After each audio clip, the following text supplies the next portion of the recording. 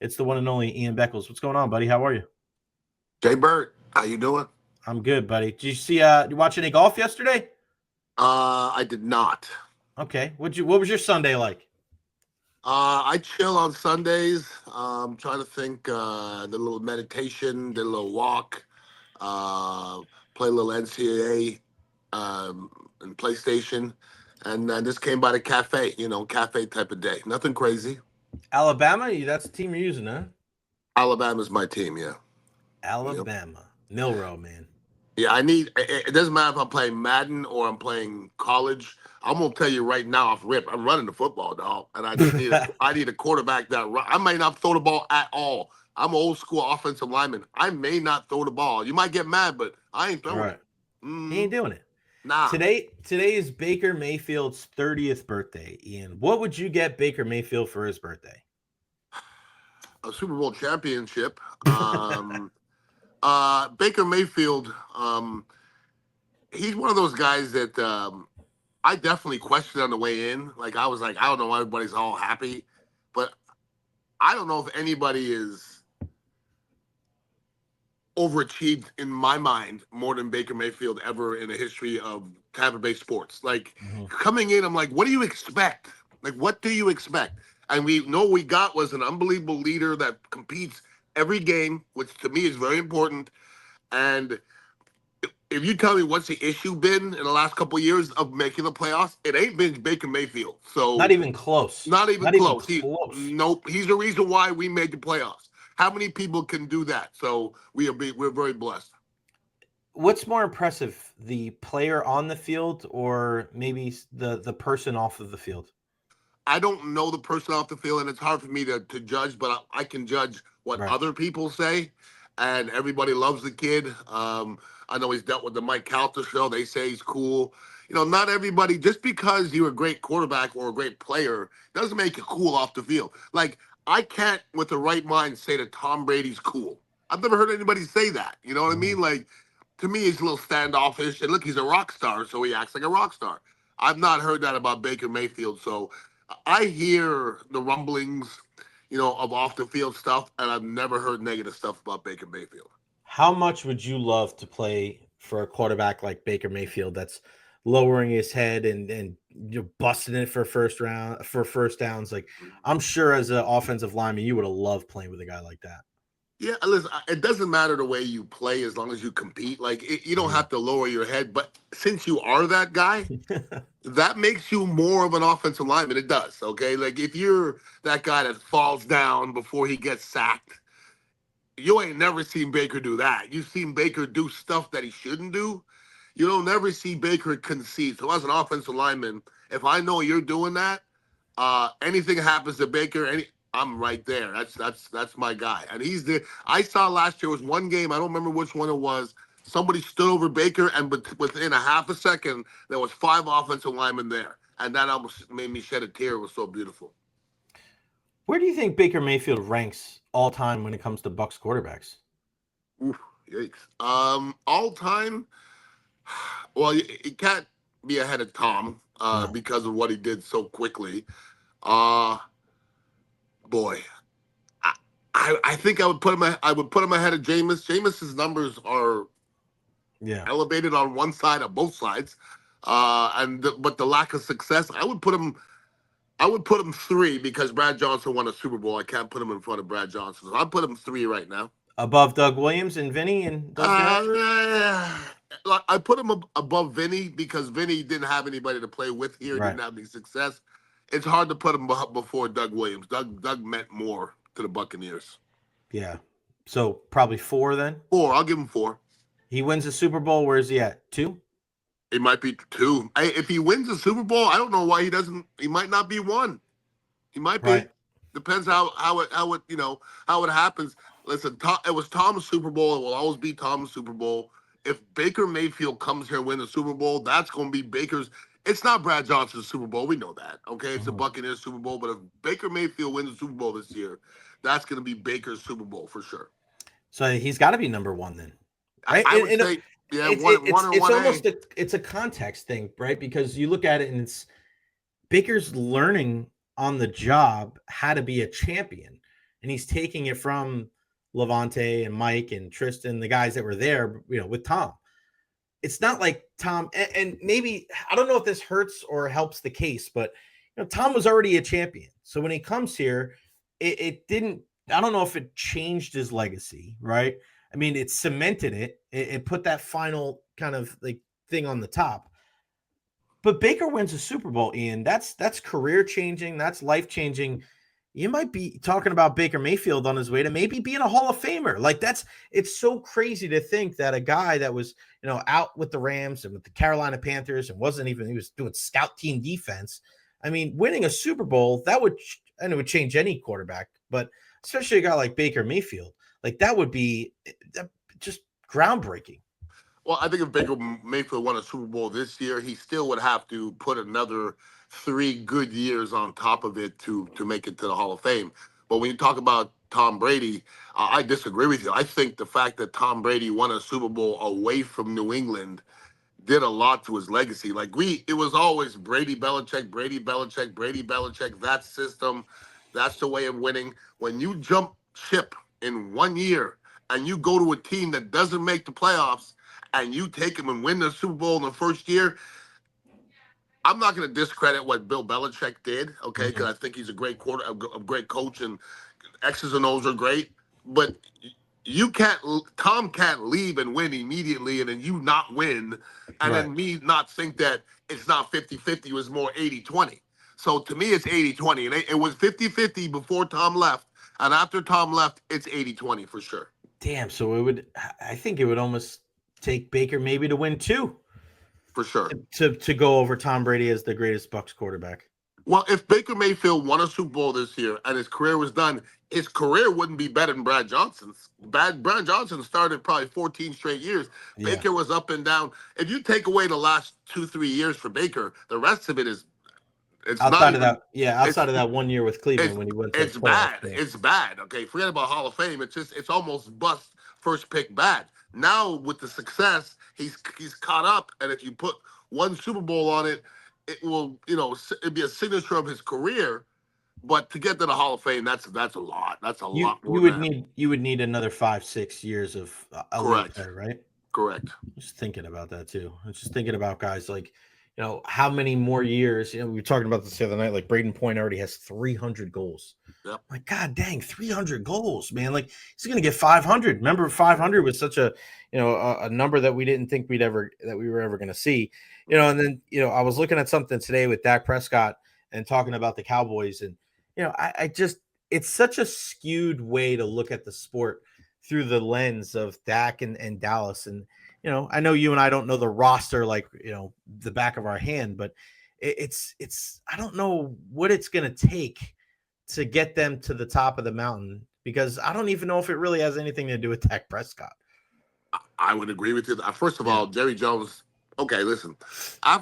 After a while, if you go to a restaurant that spends a lot of money and the food's still shitty, you're gonna have to make some changes. Okay, Right. So they're spending all the money, they're making all decisions, and the pieces don't fit. It's because Jerry Jones doesn't know how to put it together. Mm-hmm. Jimmy Johnson knew how to put it together. He knew how to put a winner together. It's like making a billionaire the president of the United States. They don't know what the hell they doing. Okay, but once they're there, I know. But once they get there, there's not much you could do. But like Jerry Jones, listen, I'm on Jerry Jones's side because Jerry Jones is a multi-billionaire, and if anybody says Jerry do it this way, he does this. Okay, F you. And the part that makes me laugh is when people go, Jerry Jones is a terrible owner. No. He's the best owner because we talk about him every day. That's what he wants. He's the worst owner because he can't put a team together. Okay, he's a bad GM. He's a good owner. Yes. He's a good owner, but he's a terrible GM. He's just going out there and just trying to buy championships, and it's deeper than that. It's way deeper than that. I was looking at a guy today, and I was wondering if we could compare the two. Who do you think had a better career, Vinnie Testaverde or Joe Flacco? I'd have to see Joe Flacco's statistics. Vinny had a weird career, but it's Yeah. probably very close to Flacco. Like Vinny is one of those things. Vinny was middle of the league the whole time. Okay, Right. so like he was there the whole time. He was never up the top. He was never at the bottom. He was kind of in the middle the whole time. There was interceptions, but he always threw for yards. And other than a couple years in New York, he didn't have a whole lot of success. But quarterbacks don't win championships. Okay, there's so many quarterbacks that play forever that don't win a championship. If Brad Johnson didn't win that year, if he say he lost, he would just been a guy.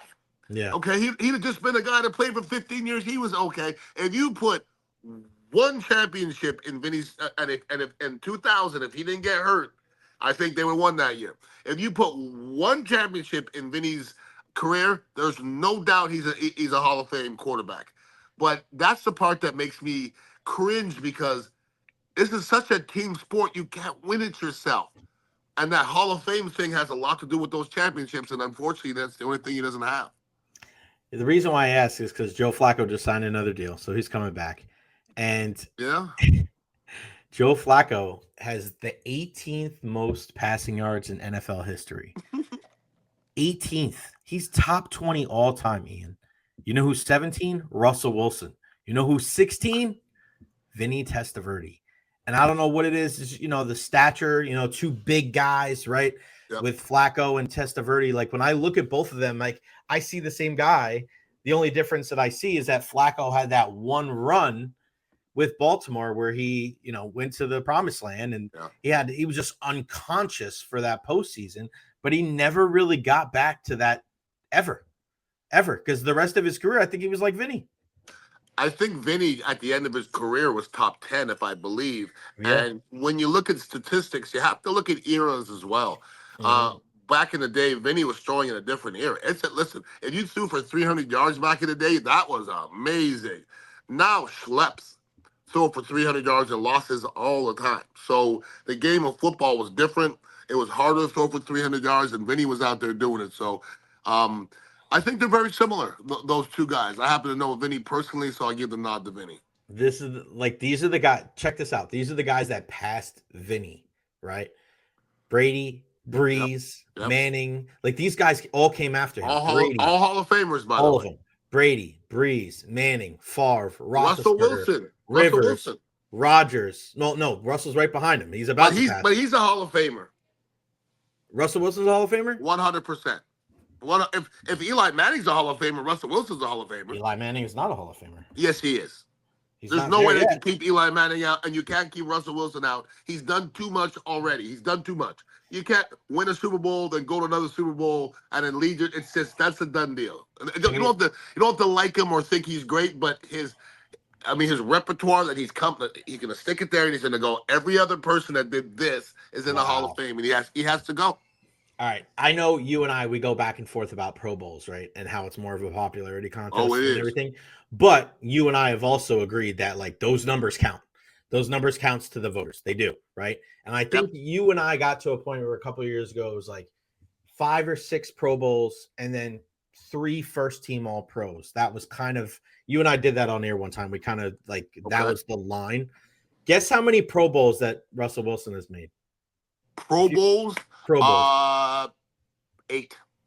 10 Pro Bowls. I never would have thought that. Yeah. Never. I would have said like 5 or 6, you know what I mean? Blah, blah. Because here's the thing.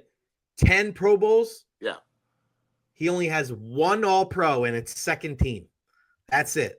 But he's also got a Walter Payton Man of the Year, which matters to and people that vote. And a Super Bowl. And a Super Bowl loss. 2 things. And a Super Bowl loss. So, a Super Bowl loss means something. It really does. I had this conversation with our guy Ira Kaufman, the great D. Orlando Ledbetter from Atlanta. Okay. And they said it matters. It matters who these guys are. And I go, y'all are gonna sit there as members of the Pro Football Writers Association and not put in Terrell Owens on the first ballot. Right. And D. Orlando looked at me. He goes, Jay, the players wouldn't vouch for him. The coaches wouldn't vouch for him. The media wouldn't vouch for him. I go, I don't give a shit. That is one of the best receivers I have ever seen. His numbers back it up. And you're telling me because you guys were butthurt because he didn't give you one-on-ones, that he doesn't make the Hall of Fame on the first ballot? I said, D, he's a 5-time first-team All-Pro. He's a 6-time Pro Bowler. I mean, this is one of the greatest receivers of all time. He has 1,000 catches and 150 touchdowns, and he's not a first ballot Hall of Famer. He goes, it's because of the man. And I go, and it was different because obviously, you wonder if there's, racial undertones, but Ira is white and D is black. So, I mean, that's, you think about things like that. And he goes, Jay, nobody was vouching for T.O. Nobody. He got in on the 3rd try. So if that's true on that end of the spectrum, Beck, the other end of the spectrum has got to be true as well. Well, my thing is, like, I'm in the media, but I don't consider myself media. And there's a lot of media members that are sensitive. I'm just going to be as honest. Like, they're sensitive. 100%. And I'm not talking about everybody, but there's some media members that are sensitive. There's some media members that would never vote Barry Bonds into the Hall of Fame. And there's others who are like, he deserves to go in. But if there's that question there, you don't need a bunch of people questioning it. If 20% think that Barry Bonds shouldn't get in, then he doesn't get in, okay? Even if it's just because they don't like him, because he didn't give them an interview and he shunned them. And to say that nobody represented him, I don't remember the words you used, no players, I've seen a lot of players speak very highly of Terrell Owens. Yeah. A lot, okay? When the Terrell Owens, Donald McNabb thing was going on, and I had just left that locker room, it was clear to me, I don't know how much of a leader Donald McNabb was. I don't, because I can see Donald McNabb has a little Russell Wilson in him. I can see it, okay? He has a little homerism in him. And T.O. is not that homer guy. So the locker room was probably divided, probably half and half. And you can win when that happens. But people look at Terrell Owens, go, he's abrasive, and I don't give a rat's ass. But okay, I don't care if he's a church-going person. What did he do on the field? He's a problem on the field, period. Hall of Fame. The fact, though, Ian, that it affected his status is something that I have a problem with. Me too. Because I agree with you 100%, right? It shouldn't matter, but it does. It does. It did. There was an example, and I heard it right from the horse's mouth, and I'm like, nobody thinks there's anything wrong with this. Well, blah, blah, blah, this and that. And I'm just like, y'all are crazy. And then we're having this conversation last night, and it's not just football. Last year in the NHL voting, Nikita Kucherov had the most points. He won the Art Ross, right? This year, he's going to win the Art Ross again for most points. Last year, midway through the season, I'm in Toronto for the All-Star game, and people are talking about Nathan McKinnon is going to win the MVP. I'm like, there's 35 games left. There's a half a season left. Well, it's his turn. I said, that's the biggest crock of shit I've ever heard in my life. You look at the voting from the people up there in Toronto, there were people that had Austin Matthews coming in 3rd place for the Selke Trophy, a guy that scores 50 goals a year. He's a great defensive forward. They had him 3rd, and they had Kucherov 5th for MVP. So we really need to take with a grain of salt sometimes these awards when we're looking at different sports, don't we, Beck? Where there's no way in your right mind you would think that Nikita Kucherov is less of an MVP candidate than fucking Austin Matthews, a goal scorer, as a defensive shutdown Alexander Barkov, Kopitar, Bergeron kind of guy. So it's like that in every freaking sport. Well, it's because Kucherov could be a dick, and that's the long and short of it. I mean, there you go. It shouldn't matter.